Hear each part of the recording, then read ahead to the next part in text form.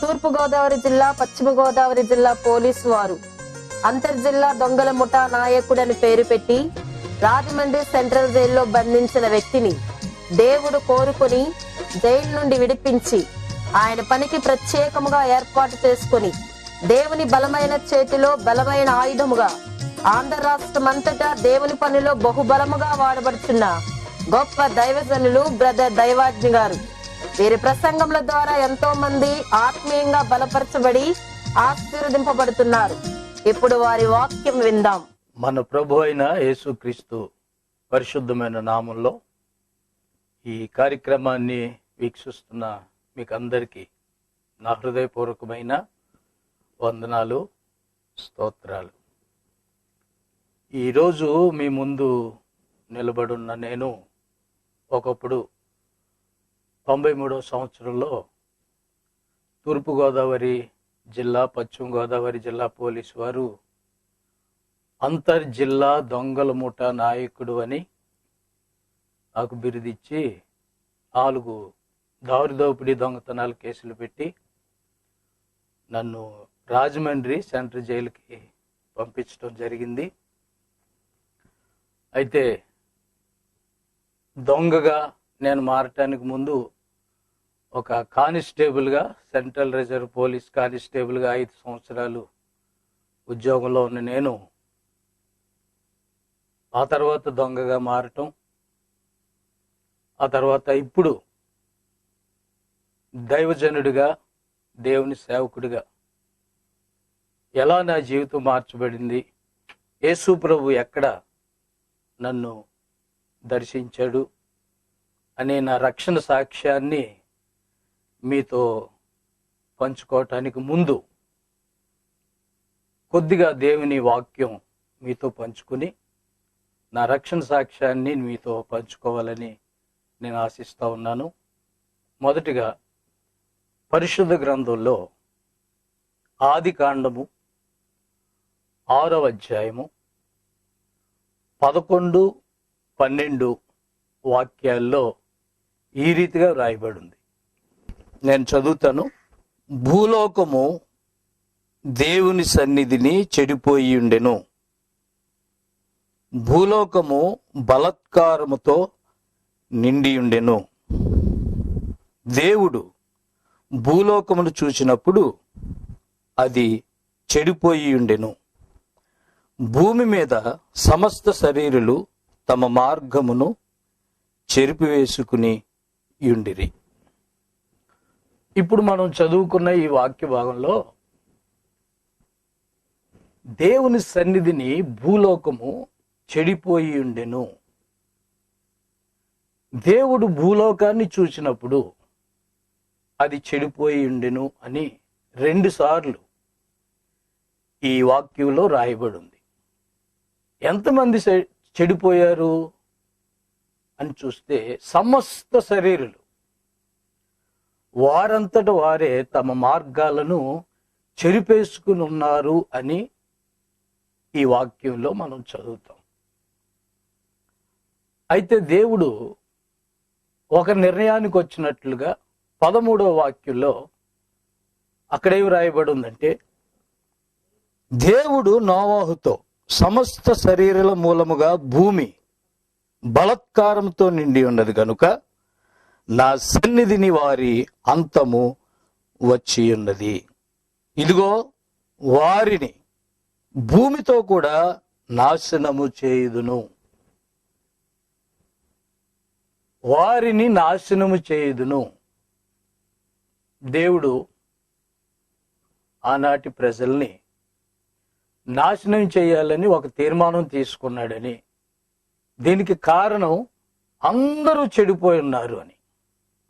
అలాంటి పరిస్థితుల్లో మంచివాడు, చెడిపోకుండా ఉన్నవాడు ఎవడైనా ఉన్నాడా అని వెతికినప్పుడు 7వ అధ్యాయం 1వ వాక్యంలో, నీవు మాత్రమే నా ఎదుట నా దృష్టికి నీతిమంతుడిగా ఉండుట నేను చూచితినని నోవాహును గురించి దేవుడు చెప్పినట్లుగా ఆ జల ప్రళయంలో నాశనం అయిపోకుండా నోవాహును బట్టి తన కుటుంబాన్ని మాత్రమే దేవుడు రక్షించినట్లుగా మనం చదువుతా ఉన్నాం. నోవాహు ఎందుకు చెడిపోలేదు? ఆనాడు ప్రజలందరూ చెడిపోయి తిరుగుతున్నటువంటి ఆ పరిస్థితుల్లో నోవాహు చెడిపోకుండా ఎందుకు ఉండగలిగాడు అంటే దానికి సమాధానం 6వ అధ్యాయం 9వ వాక్యంలో నోవాహు దేవునితో కూడా నడిచిన వాడు అని వ్రాయబడి ఉంది.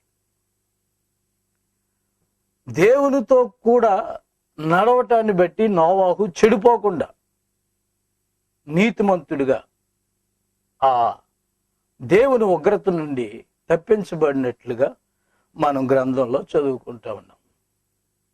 అప్రియమైన దేవుని సహోదరులారా, ఈ నోవాహు దినాల్లో జరిగినటువంటి ఈ సంఘటన 2014 సంవత్సరాల క్రితం యేసు ప్రభు జ్ఞాపకం చేసి తన శిష్యులతో చెప్తున్నాడు.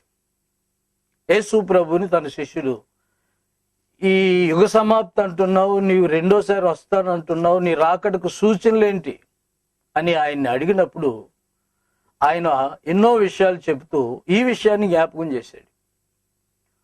నోవాహు దినాలు ఎలా ఉన్నాయో, అంటే నోవాహు దినాల్లో మనుషులు ఎలాగైతే చెడిపోయి ఉన్నారో అలాగే నేను రావటానికి ముందు కూడా మనుషులందరూ చెడిపోయి ఉంటారు. ఇది సూచన. ఎలాగైతే ఆ రోజులు ఉన్నాయో నా రెండవ రాకడకు ముందు కూడా అలాంటి రోజులే మరలా వస్తాయి అని యేసు ప్రభు మత్తయి సువార్త 24వ అధ్యాయంలో చెప్పినట్లుగా మనం చూస్తున్నాం. అయితే ఇప్పుడు జరుగుతున్నటువంటి లోకంలో పరిస్థితులు మనం గమనిస్తే చిన్నవారు మొదలుకొని పెద్దవారు వరకు, ముసలవాళ్ళు వరకు చెడిపోయి చెడిపోయి చెడిపోయి తిరుగుతున్నట్లుగా మనం ఎన్నో విషయాలు చూస్తూ ఉన్నాం. రోజు న్యూస్ ఛానల్స్లో మనం చూస్తూ ఉన్నాం. చిన్న చిన్న పిల్లల్ని చంపేస్తూ ఉన్నారు. హత్యలు, మానభంగాలు, దోపిడీలు, దొంగతనాలు, ఎవరిని చూసినా ఎక్కడ చూసినా హింస, దౌర్జన్యం పెరిగిపోయినట్లుగా మనం రోజు చూస్తూ ఉన్నాం, పేపర్లో చదువుతూ ఉన్నాం. గనుక చెడిపోయినటువంటి ఈ పరిస్థితుల్లో మరి ఎవరు బాగు చేయగలరు? చెడిపోతున్నటువంటి మనుషులను బాగు చేయగలిగిన వారు ఎవరైనా ఉన్నారా? ఒకసారి నేను రాజమండ్రి మెయిన్ రోడ్లో వెళ్తూ ఉన్నప్పుడు ఒక బోర్డు చదివాను. ఇచ్చట సెల్ ఫోన్లు బాగు చేయబడును. అంటే చెడిపోయిన సెల్ ఫోన్లు ఇక్కడ బాగు చేయబడతాయి. కాస్త ముందుకెళ్తే టీవీలు బాగు చేయబడును, ఫ్యాన్లు బాగు చేయబడును, ఇచ్చట మిక్సీలు బాగు చేయబడును అని చాలా చాలా బోర్డులు కనిపించాయి. అప్పుడు నాకు ఒక ప్రశ్న నా గుండెల్లో, సెల్ ఫోన్ పాడైపోతే బాగు చేసే వాళ్ళు ఉన్నారు, వాచ్ పాడైపోతే బాగు చేసే వాళ్ళు ఉన్నారు, ఏ వస్తువు పాడైపోయినా బాగు చేసే వాళ్ళు ఉన్నారు. మరి మనిషి చెడిపోతే, మరి చెడిపోయిన మనిషిని ఎవరు బాగు చేస్తారు అని నా గుండెల్లో ఒక ప్రశ్న.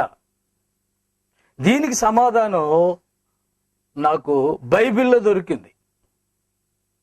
బైబిల్లో ఏమని ఉందంటే, ఇర్మియా గ్రంథము 3వ అధ్యాయము 22వ వాక్యంలో అక్కడ ఈ విధంగా రాయబడి ఉంది. భ్రష్టులైన బిడ్డలారా, తిరిగి నా యొద్దకు రండి, మీ అవిశ్వాసమును నేను బాగు చేసేదను. నేను బాగు చేసేదను అనే మాట దేవుడు చెప్తున్నాడు. నేను బాగు చేసేదను. ఇదే మాట రాజులు 2వ గ్రంథం 20వ అధ్యాయం 5వ వాక్యంలో హిజ్కియాతో చెప్తున్నాడు. నేను నిన్ను బాగు చేసేదను అనే మాట నాకు కనపడింది.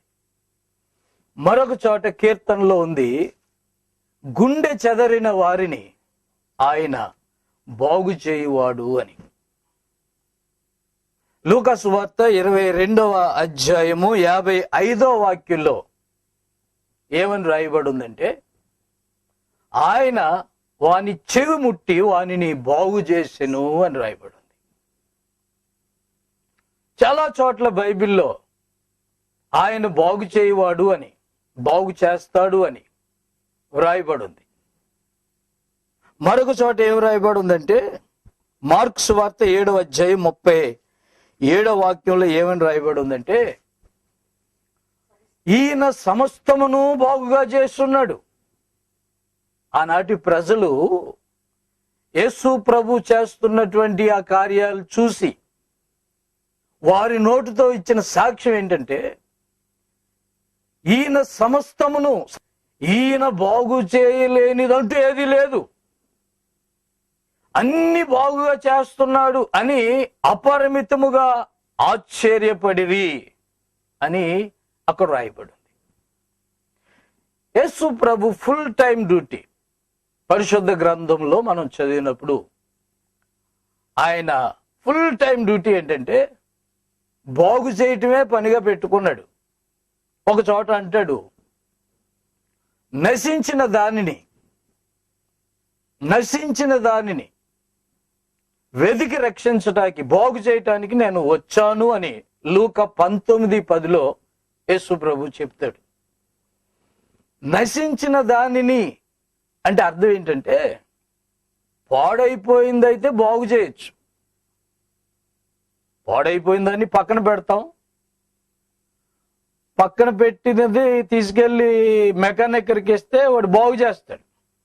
ఇక నశించిపోయినది అంటే అర్థం ఏంటంటే, పాడైపోయింది కాదు, బాగు చేద్దామని చూసినా కూడా బాగుపడటానికి పనికిరానిది. అప్పుడు దాన్ని మనం ఏం చేస్తామంటే, పాత సామాన్లు కొంటాం అంటే వస్తారు చూసారా, వాడిని కేకేసి వాడికి తూకానికి వేసేస్తాం. అర్థమైందండి? లేదా పెంట మీద తీసుకెళ్ళి పడేస్తాం. చెడిపోతే బాగు చేయొచ్చు, కానీ నశించిపోయిన దానిని బాగు చేయటానికి కూడా పనికిరాదు. అలాంటి దానిని సైతం బాగు చేయగలిగిన వాడు నజరేయుడైన యేసు. దేవునికి స్తోత్రం కలుగునుగాక. అప్రియమైన దేవుని బిడ్డలారా, యేసు ప్రభు ఎవరినైనా బాగు చేశాడా? ఎంతమందిని బాగు చేశాడు అని బైబిల్లో నేను చెప్పటం మొదలెడితే ఎవరి గురించి చెప్పను. ఎంతో మంది గెరాసేను దేశంలో 2000 దెయ్యాలు పెట్టి చెడిపోయినటువంటి వాడి గురించి చెప్పాలంటే, మరి జక్కయ్య అని ఎరుకోలో పాడైపోతున్నటువంటి అతని గురించి, మరి వ్యభిచారం అనే ముసుగులో సమరయ అనే పట్టణంలో ఆ స్త్రీల గురించి, ఇలాగా వ్యభిచారమందు పట్టబడిన స్త్రీలు ఎంతో మందిని యేసు ప్రభు బాగు చేసినట్లుగా మనం బైబిల్లో చూస్తాం. ఏమండి, అది 2014 సంవత్సరాల క్రితం కదండి, అప్పుడు బాగు చేశాడంటే బాగుంది, అర్థం ఉందండి. మరి ఇప్పుడు ఎలా బాగు చేస్తాడండి, ఆయన ఇప్పుడు లేడు కదండి అని అనొచ్చు. కానీ దానికి కూడా బైబిల్ ఏం చెప్తుందంటే, ఇప్పుడు కూడా ఆయన బాగు చేస్తాడు. ఎలాగా? 107వ కీర్తన 20వ వాక్యంలో ఏమని రాయబడి ఉందంటే, ఆయన తన వాక్కుని పంపి వారిని బాగు చేసెను. Praise the Lord. ఎలాగ బాగు చేశాడు? పంపాడు. ఏం పంపాడు? ఆయన తన వాక్యాన్ని పంపాడు. తన వాక్కును పంపుతున్నాడు, బాగు చేస్తున్నాడు. వారు ఏ గుంటలోనైతే పడ్డారో ఆ గుంటలో నుండి వారిని విడిపిస్తా ఉన్నాడు. ఎస్, నన్ను కూడా, జైల్లో పడున్న నన్ను జైలు దగ్గరికి యేసు ప్రభు వాక్యమై ఉన్న దేవుడు వాక్యము ద్వారా వచ్చి నా బతుకుని బాగు చేశాడు. మరొక సంగతి నేను చెప్తాను, ఆ సాక్ష్యాన్ని మీతో చెప్పడానికి ముందు. 6వ కీర్తన 2వ వాక్యంలో దావీదు అంటాడు, నీవు నన్ను బాగు చేయుము అని తన ప్రార్థనలో దేవుణ్ణి అడుగుతాడు. నీవు నన్ను బాగు చెయ్యి అంటే అర్థం ఏంటంటే బాగుపడటానికి ఇష్టపడుతున్నాడు. ఒక వస్తువు పాడైపోయింది, ఆ పాడైపోయిన వస్తువుని ఇంట్లో పెట్టి నువ్వు బాగుపడు నువ్వు బాగుపడు నువ్వు బాగుపడు అంటే అది బాగుపడుద్దండి. దాన్ని బాగు చేయించుకోవాలంటే నువ్వేం చేయాలి? దాన్ని బాగు చేసేవాడి దగ్గర తీసుకెళ్ళాలి. అయ్యా దీనికి చూడండి ఏమొచ్చిందో, దీన్ని బాగు చేయండి అంటే బాగు చేస్తాడు. అలాగే నీకు నువ్వుగా బాగుపడాలి అన్న ఆలోచన నీకు రానంత వరకు యేసు ప్రభు కూడా నేను బాగు చేయలేడు. కనుక దావీదు అంటున్నాడు, నీవు నన్ను బాగు చేయగలవు, నీవే బాగు చేయగలవు. ఎందుకంటే ఈ లోకంలో ఎవరైనా కానీ ఏదైనా బాగు చేస్తే మళ్ళా పాడయ్యే అవకాశం ఉంది, మళ్ళా కంప్లైంట్ వచ్చే అవకాశం ఉంది. అనేక సార్లు మరలా తీసుకెళ్లి బాగు చేయరా సరిగ్గా అని చెప్పాల్సిన పరిస్థితి ఉంది. బట్ నేను ప్రకటిస్తున్న దేవుడు, ఆయన గనుక నిన్ను బాగు చేయటం గనుక మొదలెడితే రెండవసారి మళ్ళా కంప్లైంట్ లేకుండా రిపీట్ అవ్వకుండా ఆయన విప్లవాత్మకంగా బాగు చేయగల దేవుడు. ఆయన పేరు నజరేయుడైన యేసు. Praise the lord. ప్రియమైన దేవుని బిడ్డలారా, చెడిపోయిన మనిషిని బాగు చేయగలిగిన వాడు యేసుక్రీస్తు.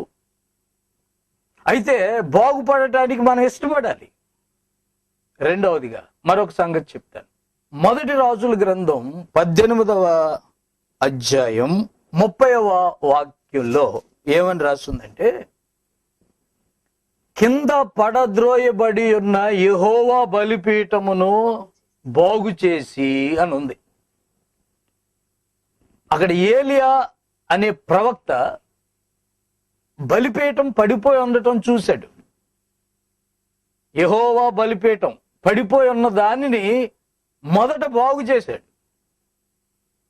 బాగు చేసిన తర్వాత అక్కడ ప్రార్థన చేశాడని, ప్రార్థన చేసినప్పుడు ఆ బలిపీఠం మీదకి అగ్ని దిగింది అని 38వ వాక్యంలో రాయబడి ఉంది. అగ్ని దిగటానికి ముందు ఏం చేయబడింది? బాగు చేయబడింది. అలాగే ఇక్కడ బలిపీఠము అంటే అర్థం ఏంటంటే మానవ హృదయం, మనిషి యొక్క హృదయం. ఈ హృదయము బాగు చేయబడనంత వరకు పరిశుద్ధాత్మ అగ్ని మనలోనికి దిగదు. దేవుడు వాడుకునే పాత్రలుగా మనం మార్చబడలేం. చెడిపోయిన వస్తువుని ఎవడైనా వాడుకుంటాడండి? పాడైపోయిన వస్తువుని ఎవడు వాడుకోడు కదా. అది బాగు చేసిన తర్వాతే మనం తీసుకొచ్చి దాన్ని వాడుకుంటాం. అలాగే బాగు చేయబడాలి. ఆ తర్వాత చూడండి, నేను చిన్నప్పటి నుంచి ఎవరైనా బాగా చదువుకుని మంచి డాక్టర్ అవ్వాలనో ఇంజనీర్ అవ్వాలనో కళ్ళగా అంటారు. నేనైతే ఏమనుకునేవాడిని అంటే, నేను పెద్ద రౌడీని అయిపోవాలనుకునేవాడిని, కూని అయిపోవాలనుకునేవాడిని. దీనికి కారణం ఏంటంటే సినిమాలు పిచ్చి. చిన్నతనం నుండి 6వ తరగతి చదువుతున్నప్పటి నుండి ఊహ వచ్చిన దగ్గర నుండి సినిమాలు పిచ్చి. సినిమాలు చూసేవాడిని. సినిమాలు చూసి నేను సిగరెట్లు కాల్చడం నేర్చుకున్నాను, తాగుడు నేర్చుకున్నాను, రౌడీజం నేర్చుకున్నాను, దొంగతనాలు నేర్చుకున్నాను. సినిమా చాలా చాలా చాలా నేర్పింది నాకు. అయితే మా నాన్నగారు అయితే మంచి ఉద్యోగం చేశారు. టెలిఫోన్స్ డిపార్ట్మెంట్లో సబ్ ఇన్స్పెక్టర్గా ఉద్యోగం చేశారు. ఆర్థికంగా ఏ ఇబ్బంది ఉండేది కాదు. అయితే 10వ తరగతి 2 సార్లు ఫెయిల్ అయిపోయాను. 10వ తరగతి ఫెయిల్ అయిన తర్వాత బొడ్లో కత్తి పెట్టుకుని జుట్టు పెంచుకుని ఇంకో కోరిక ఉండేది నాకు. పట్టపగలు మెట్ట మధ్యాహ్నం ఎవరినైనా నడి రోడ్లో నరికి చంపేయాలనుకునేవాడిని. దీనికి కారణం ఏంటంటే ఆ చుట్టుపక్కల ఉన్న రౌడీలకి గుర్తింపు, పేరు ప్రఖ్యాతులు వచ్చాయంటే వాళ్ళు అలా చేశారు కనుక నేను కూడా చేస్తే నాకు పేరు వస్తుంది అని బొడ్లో బటన్ నైఫ్ పెట్టుకుని ఎవరిని నరుకుదామా అని చెప్పేసి నేను గొడవలకి తిరుగుతూ ఉండేవాడిని. కిరాయి గొడవలకి వెళ్ళాను, డబ్బులు ఇచ్చుకుని మనుషులను కొట్టాను, రౌడీ మామూలు వసూలు చేశాను, చాలా చేశాను. అయితే 88వ సంవత్సరంలో సెంట్రల్ రిజర్వ్ పోలీస్ కానిస్టేబుల్గా కూడా నేను సెలెక్ట్ అయ్యాను. 5 సంవత్సరాలు ఢిల్లీ, హర్యానా, పంజాబ్, కాశ్మీర్ ఆయా ప్రాంతాల్లో కానిస్టేబుల్గా నేను ఉద్యోగం కూడా చేశాను. జేబు నిండా డబ్బులు ఉన్నాయి కానీ కడుపు నిండా పచ్చి త్రాగుబోతుని. పొద్దున్నే లెగ్గానే నాకు బెడ్ కాఫీ, 3x రమ్ము తాగేవాడిని 90 ml. ఇంకా రోజస్తమాని ఎంత తాగేవాడిని అని అడగండి, అంత తాగుబోతుని. అలాంటి పరిస్థితుల్లో నాకు నెమ్మది లేదు. డబ్బులు ఉన్నాయి కానీ నెమ్మది లేదు. అయితే ఉద్యోగం విడిచిపెట్టేశాను. ఒక పొలిటికల్గా ఒక ప్రాంతానికి గొప్ప లీడర్ని అయిపోవాలి, రౌడీజం చేయాలి, సెటిల్మెంట్లు చేయాలి, రాజకీయాల్లో రాణించాలి అని చెప్పేసి నేను ఉద్యోగాన్ని విడిచిపెట్టాను. యూపీలో రాంపూర్ అనే ఊరిలో 5,000 పెట్టి ఒక రివాల్వర్ కొన్నాను, కొన్ని పటాకత్తులు కొన్నాను. మొత్తానికి కపిలేశ్వరపురం అని తూర్పుగోదావరి జిల్లాలో మా గ్రామంలో 4 వ్యక్తులతో ఒక ముఠాన్ని తయారు చేశాను. ఈ ముఠాకు పోషించడానికి వాళ్ళ ప్యాకెట్లకి, సిగరెట్లకి, వాళ్ళ తాగుడికి పెట్టుబడి పెట్టిన లీడర్ని. అందుకని నేను ఏం చేసేవాడినంటే భార్యాభర్తలు బాగా నగలు పెట్టుకుని, డబ్బు పెట్టుకుని రోడ్డు మీద వెళ్తుంటే రోడ్డు మీద వెంబడించి, రోడ్డు మీద ఆఫ్ చేసి, భార్య ఎదురుగా భర్తని, భర్త ఎదురుగా భార్యను కొట్టి, వారు దండం పెడతా ఉంటే, బ్రతిమలాడుతూ ఉంటే రక్తాలు వచ్చేలా కొట్టి వాళ్ళ దగ్గర ఉన్న ధనాన్ని, బంగారాన్ని దోచుకుని పొద్దస్తమాను క్లబ్బుల్లో పేకాట్లాడుకుంటూ సార తాగుతూ నీచమైన బతుకుతూ వస్తున్నాను. యేసు ప్రభు చెప్పాడు, రహస్యం అనేది బయలుపరచబడకపోదు అని. అలాగే 93వ సంవత్సరంలో రావులపాలెం సెంటర్లో ఆర్పి మీనా ఎస్పీగా ఉన్నటువంటి ఆ రోజుల్లో మా ముఠాను అరెస్ట్ చేయటం, నా మీద రాజమండ్రి, రావులపాలెం, మండపేట, తణుకు ఆ గ్రామాల్లో 4 క్రిమినల్ కేసులు పెట్టడం, జైలుకు పంపించడం జరిగింది. జైలు నుంచి బెయిల్ మీద బయటకు వచ్చి మరలా పోలీసులు కళ్ళు గప్పి మారువేషాల్లో పేర్లు మార్చుకుని ఆనందాన్ని పేరు పెట్టుకుని కాకినాడలో దొంగ జీవితం జీవించాను. అక్కడి నుంచి అశోక్ అని పేరు మార్చుకుని సినిమా పక్కిలో హైదరాబాద్ వెళ్ళి అక్కడ దొంగ బ్రతికాను. అక్కడి నుంచి కేరళ రాష్ట్రం ఎర్నాకుళం పారిపోయాను. బైబిల్లో ఉంది సామెతలు 28:1 దుష్టుడు ఎవడో తరంకుండానే పారిపోతాడని, నీతిమంతుడైతే సింహం వల్లే ధైర్యంగా ఉంటాడు అని. దుష్టుని గనుక నేను ఎవరో తరవకపోయినా నా పాపం కేరళ రాష్ట్రం 3 రాష్ట్రాలు తరుముకుంటూ వెళ్ళింది. అక్కడి నుంచి గోవా పారిపోదాం అనుకుంటున్నాను. గోవాలో జీవితాన్ని సుఖంగా ఎంజాయ్ చేద్దాం అనుకుంటూ ఉన్నాను. అటువంటి టైంలో బసవ పున్నయ్య అని క్రైమ్ బ్రాంచ్కి ఇన్ఛార్జిగా ఉండేవాడు, సర్కిల్ ఇన్స్పెక్టర్ భీమవరంలో. ఆయన సవాల్గా తీసుకుని ఒక ప్రత్యేకమైన ఐడి పార్టీ టీం కానిస్టేబుల్ని ఏర్పాటు చేసి పంపించడం, వారంతా నన్ను వెతికి కేరళలో ఒక సాయంత్రం నన్ను అరెస్ట్ చేయటం జరిగింది. ఒక రెస్టారెంట్లో బంధించారు. ప్రియులారా, సంఖ్యాకాండంలో రాయబడి ఉంది 32 అధ్యాయం 23వ వాక్యంలో, నీవు ఎంత దూరం పారిపోయినా ఎప్పటికైనా నీ పాపం తరుముకుంటూ వస్తుంది, నిన్ను బంధిస్తుంది, పట్టుకుంటుంది అని. నా జీవితంలో నెరవేరింది. తీసుకొచ్చారు. మళ్ళా తణుకు, పశ్చిమ గోదావరి జిల్లా తణుకు సబ్ జైల్లో నన్ను పెట్టారు. ఆ సబ్ జైల్లో జరిగింది గొప్ప అద్భుతమైన కార్యం. ఒక చిన్న నూతన నిబంధన న్యూ టెస్ట్మెంట్ బైబిల్ చిరిగిపోయి, నలిగిపోయి, దుమ్ము పెట్టి ఒక మూలను పడి ఉంది. అది ఏమి తొయ్యక ఒకరోజు నా చేతుల్లో తీసుకుని దుమ్ము దులిపి నేను చదువుతున్నప్పుడు మత్తయి సువార్త 13వ అధ్యాయంలో విత్తనం గురించి ఉపమానం రాయబడి ఉంది. ఆ విత్తనం అనగా వాక్యమని, పొలం అనగా హృదయమని, ఈ హృదయం అనే పొలంలో మంచి విత్తనాలు విత్తేది యేసు ప్రభు అని. ఈ విత్తనాలు దుష్టుడు వచ్చి పక్షి ఎత్తుకుపోయినట్లుగా ఆ వాక్యాన్ని ఎత్తుకుపోవటం వల్ల వారు ఫలించలేకపోతున్నారు అన్న మాట చదవటం ద్వారా నేను బైబిల్ చదవాలన్న ఆశ కలిగి నేను బైబిల్ చదవటం మొదలెట్టాను. గవర్నమెంట్ వారు 6 సంవత్సరాలు కఠిన కారాగార శిక్ష వేసి రాజమండ్రి సెంట్రల్ జైలుకి నన్ను పంపించారు. అయితే ఒక్కసారైనా ఈ బైబిల్ నేను 6 సంవత్సరాల్లో ఒకసారైనా చదవాలని నేను మొదలు పెట్టాను. అయితే నమ్మండి, ఈ బైబిల్ దొరికినప్పుడు నాకు బైబిల్ అనిపించలేదు, అది జుంటె తేనె దారుల కంటే మధురమైన మాటలు, మేలిమి బంగారము కంటే కోరదగిన వాక్యాలు నాకు దొరుకుతున్నాయి.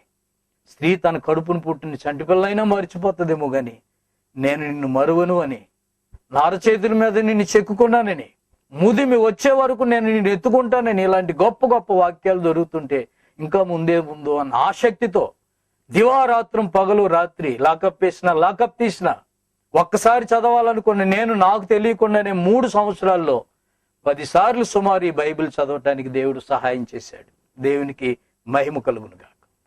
నా మనోనేత్రం వెలిగింపబడింది. నేను ఎంత పాపినో నేను గ్రహించగలిగాను. నశించిపోతున్న నన్ను యేసు ప్రభు ఎందుకు ఈ లోకానికి వచ్చాడో నేను తెలుసుకున్నాను గనుక పశ్చాత్తాపడ్డాను. నా పాపాలన్నీ యేసు ప్రభు దగ్గర ఒప్పుకున్నాను. అయితే 6 సంవత్సరాలు గవర్నమెంట్ వారి శిక్షను 3 సంవత్సరాలకే తగ్గించి ఆశ్చర్య రీతిగా 97వ సంవత్సరం డిసెంబర్ 24వ తేదీ నుండి శాశ్వతంగా దేవుడు నాకు జైలు నుంచి విడుదలిచ్చాడు. నా జీవితాన్ని మార్చాడు. అప్పటి నుండి గొంగల పురుగు లాంటి నా బతుకుని సీతాకోక చిలుకలాగా యేసు ప్రభు మార్చాడు. ఆయన బాగు చేయువాడు. ఎందుకు పనికిరాడు, ఎవరికి పనికిరాడు అని జైల్లో 3 సంవత్సరాలు సబ్బు లేకుండా, పేస్ట్ లేకుండా, పరామర్శించడానికి ఒక్కరు కూడా రాకున్నటువంటి ఆ పరిస్థితుల్లో యేసు ప్రభు నన్ను సమీపించాడు. ఆయన తన వాక్కును పంపాడు. ఆ వాక్ ద్వారా నన్ను బాగు చేశాడు. అప్రియమైన సహోదరులారా, కనుక ఈరోజు బాగు చేయగలిగిన వాడు ఎవడైనా ఉన్నాడంటే మరలా నీ జీవితంలో రిపేర్ అనేది లేకుండా పరిపూర్ణంగా నిన్ను బాగు చేయగలిగిన వాడు నజరేయుడైన యేసు. మీరు కళ్ళు మూసుకుంటే మీ కొరకు చిన్న ప్రార్థన నేను చేస్తాను. సవినయంగా నాతో కలిసి కళ్ళు మూసుకుని ప్రార్థనలో ఏకీభవించండి. ప్రేమ కలిగిన తండ్రి, దయగలిగిన ప్రభువా, నీకు స్తోత్రాలు చెల్లిస్తున్నాను. నీవు బాగు చేసే దేవుడు అని ఆనాడు నోవాహు దినాల్లో భూలోకాన్ని చూసినప్పుడు అదంతా చెడిపోయిందని, ఆనాటి ప్రజలందరూ చెడిపోయి ఉన్నారని, నోవాహు ఒక్కడు మాత్రమే చెడిపోకుండా ఉన్నాడు అంటే కారణం అతడు నీతో కలిసి నడిచాడు కనుక అతన్ని రక్షించావని, అలాంటి రోజులు మరలా వస్తాయని మీరు చెప్పినట్లుగా మేము కన్నులారా మా కన్నులతో చూస్తా ఉన్నాం. ఈనాడు చెడిపోయి తిరుగుతున్నటువంటి ఈ ప్రజల మధ్యలో మమ్మలను బాగు చేసే దేవుడు నీవు ఉన్నావని, బాగుపడటానికి మేము ఇష్టపడినప్పుడు మమ్మలను పరిపూర్ణంగా నువ్వు బాగు చేసే దేవుడు అని ఆ సాక్ష్యము ద్వారా, విన్నవి వాక్యము ద్వారా విన్న ప్రతి ఒక్కరిని మీరు దర్శించి ప్రతి ఒక్కరిని నీ రక్తంలో కడిగి పరిపూర్ణులుగా నీ స్వరూపంలోనికి మార్చి నీ పరలోక రాజ్యానికి సిద్ధపరిచి మహిమ ఘనత ప్రభావాలు మీరు మాత్రమే పొందమని నజరేయుడైన యేసుక్రీస్తు పరిశుద్ధమైన శక్తిగల నామంలో ప్రార్థించి వేడుకుంటున్నాను పరమ తండ్రి. ఆమేన్, ఆమేన్. మీ ప్రార్థన అవసరతలకు సంప్రదించవలసిన మా చిరునామా ఫైర్ ఆఫ్ గాడ్ ప్రార్థనా మందిరము, KGHOP gate down, ward boy line, Visakhapatnam.